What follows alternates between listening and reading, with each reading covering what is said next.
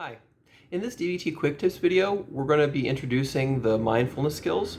In this video is going to be an introduction just to kind of get your feet wet in explaining what exactly is mindfulness. Today there's a lot of discussion, a lot of different therapies are using mindfulness principles in working with clients. And so, when you hit this topic, it's almost like there's so much conversation going on with what mindfulness is that it can be hard to define ultimately what it is.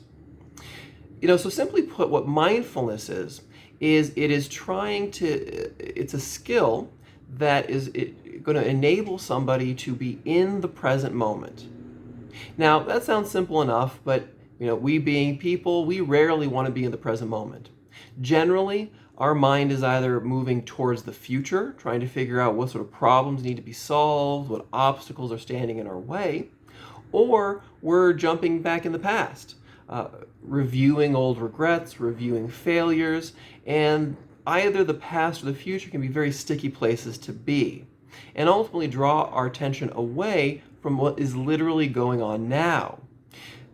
Now, there's reasons for this. There's useful reasons why we want to jump to the past, go in the future.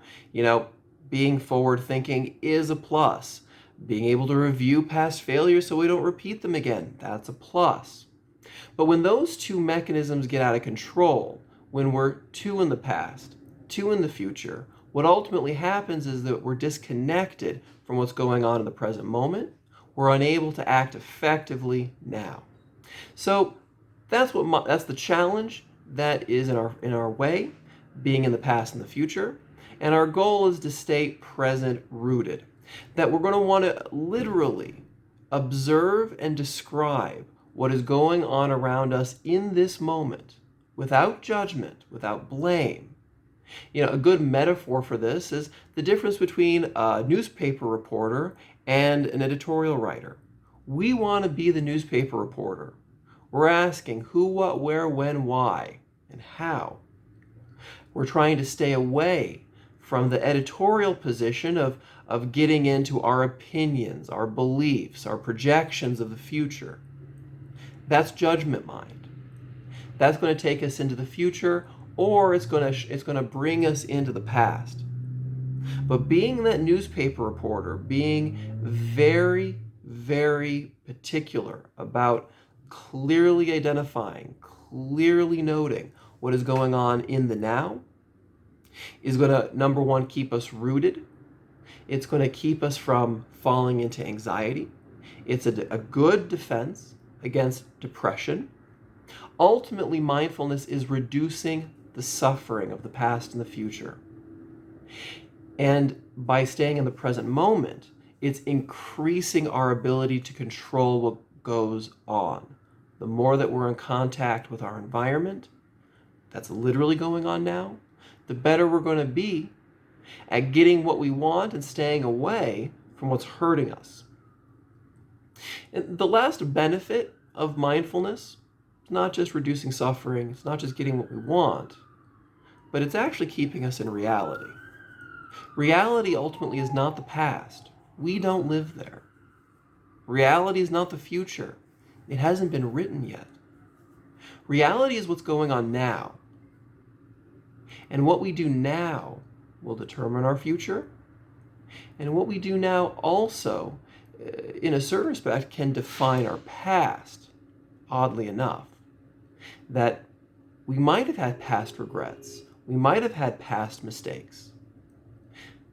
But those mistakes, those regrets, if we can act effectively in the present, can be rewritten into new victories, into examples of how we've grown in our lives.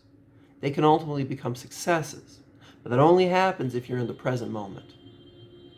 So again, this useful definition, what's mindfulness? It's being rooted in the now. It's being in touch with what is going on and how is that unfolding in this moment. It's detail-oriented.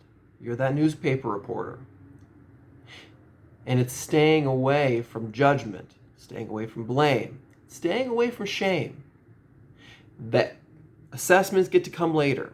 We have to be able to have some moral direction, some value direction in our lives. But there too, we don't want to get flooded and have those control us the same way the past and future do. They have to have their place, but they can't be all over the place. So by avoiding those things, we'll be able to assess our environment accurately to then be able to go to the next step after mindfulness of what's the best thing to do now that's going to be the best thing for you now and for you in the future. If you like this video, you can go ahead and share it or give it a like. If you want to send me a comment, you can check out my website, shoot me an email, or you can leave a comment in the comment box. And you can support my work here on Patreon. Take care.